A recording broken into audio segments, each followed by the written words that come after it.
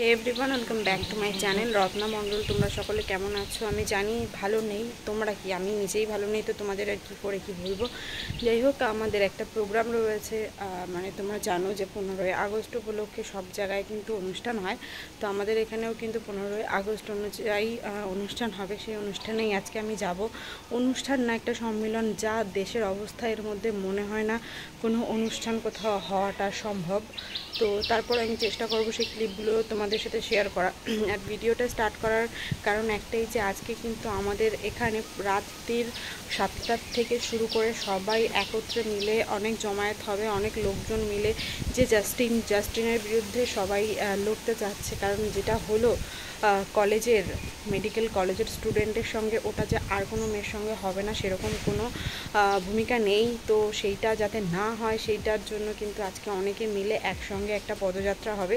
তো ভিডিওটা স্কিপ না করে দেখতে থাকো, আমি সবটা তোমাদের সাথে শেয়ার করব। প্রথমে ভালো কিছু দিয়ে স্টার্ট করলাম, বাট ভিডিওর লাস্টে কিন্তু ভালো কিছু নেই।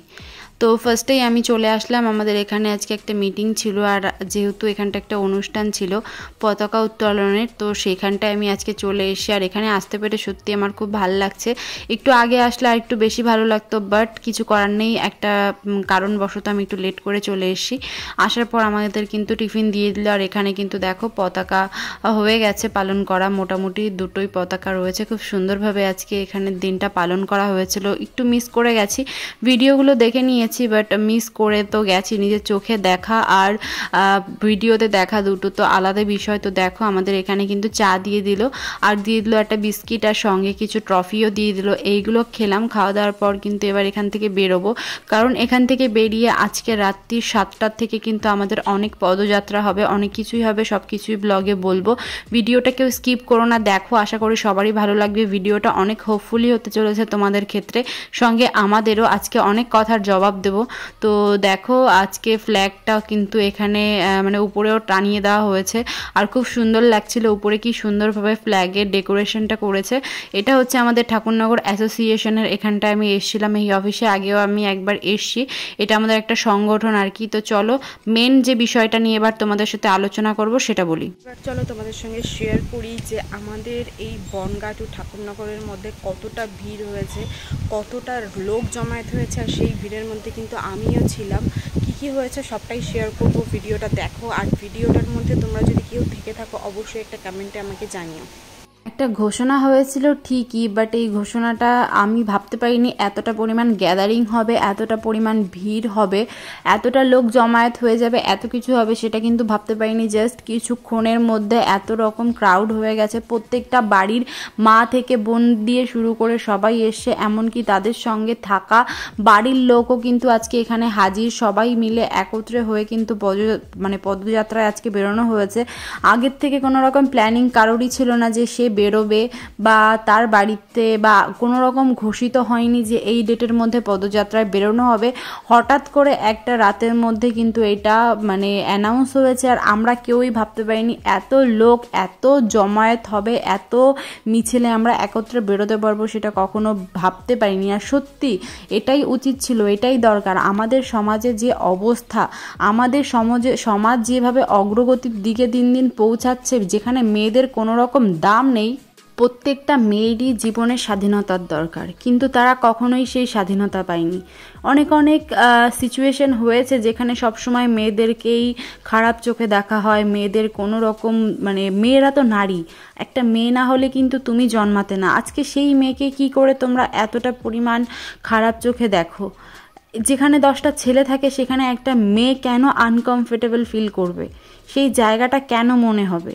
আজকে তোমাদের কিছু কিছু ছেলেদের জন্য পুরো ছেলে জাতিটাকে কিন্তু দোষ দেওয়া হচ্ছে, শুধুমাত্র 2-1জনের ভুলের জন্য। 2-1জন না, অনেকেই রয়েছে, বাট আমি উল্লেখ করে বললাম 2-1জনের জন্য।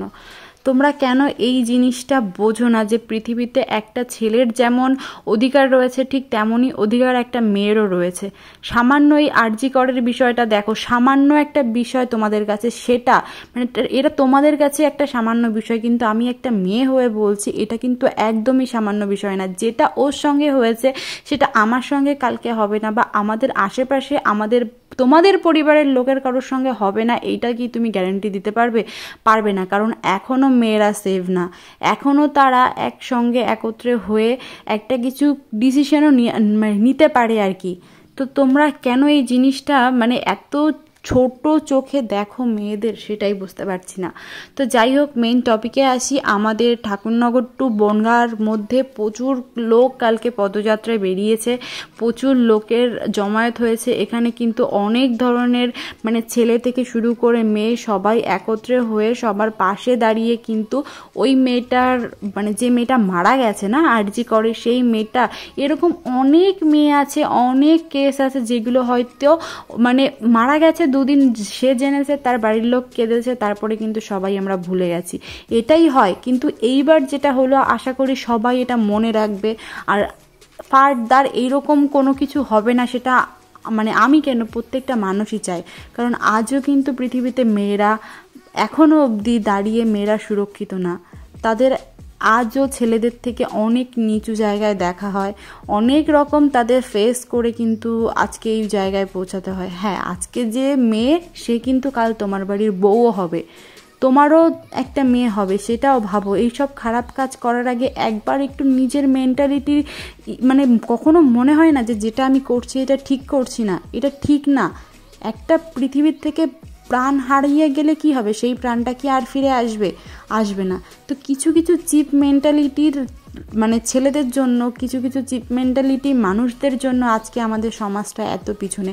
কিছুদিন আগে একটা দুর্ঘটনা ঘটেছে বাংলাদেশের, যে জিনিসটা হয়তো এই ভিডিওতে আমার বলাটা উচিত না, তারপরেও বলছি। বাংলাদেশের অবস্থা কিন্তু ঠিক এইভাবেই খারাপ হয়েছিল, সেখানেও কিন্তু সেম এইরকমভাবেই একটা ডিপ্রেশনে হয়েছিল স্টুডেন্টরা, একটা ছাত্র পরিষদ মিলিয়ে একটা সবাই একত্রে মিলে প্রতিবাদ করতে চেয়েছিল, তারপরে কিন্তু তাদের অবস্থা এই। আর সেই রকমই একটা সিচুয়েশন এখন আমাদের হচ্ছে। সবাই জাস্টিন চাইছে, কেন চাইবে না, কেন চাইবে না জাস্টিন? সবাই চায় যে এই অন্যায়ের প্রতিবাদ দরকার, এই অন্যায়ের প্রতিবাদ চাই। প্রত্যেকটা মেয়ের কাছে এটা অনেকটা লজ্জাজনক। আর আজকে যখন একত্রে আমরা সব মেয়ে একসঙ্গে বেরিয়েছি, যখন প্রতিবাদ করছি, তখন কেন তোমরা প্রতিবাদটা দিতে পারছো না? এখানে সরকার কোথায়, সমাজ কোথায়, কোথায় নেতা মন্ত্রীরা?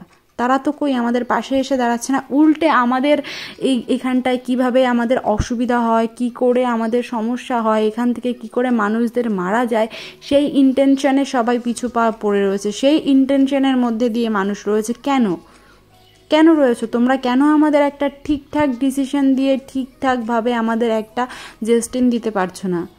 কলকাতার একটা খবর আমি দেখলাম, ওখানে এত লোক জমায়েত হয়েছে, একসঙ্গে মিছিলে বেরিয়েছে, সেখানে গ্যাস দিয়ে মানুষদের অসুস্থ করা হচ্ছে, মারামারি করা হচ্ছে, তাদেরকে অত্যাচার করা হচ্ছে। কেন?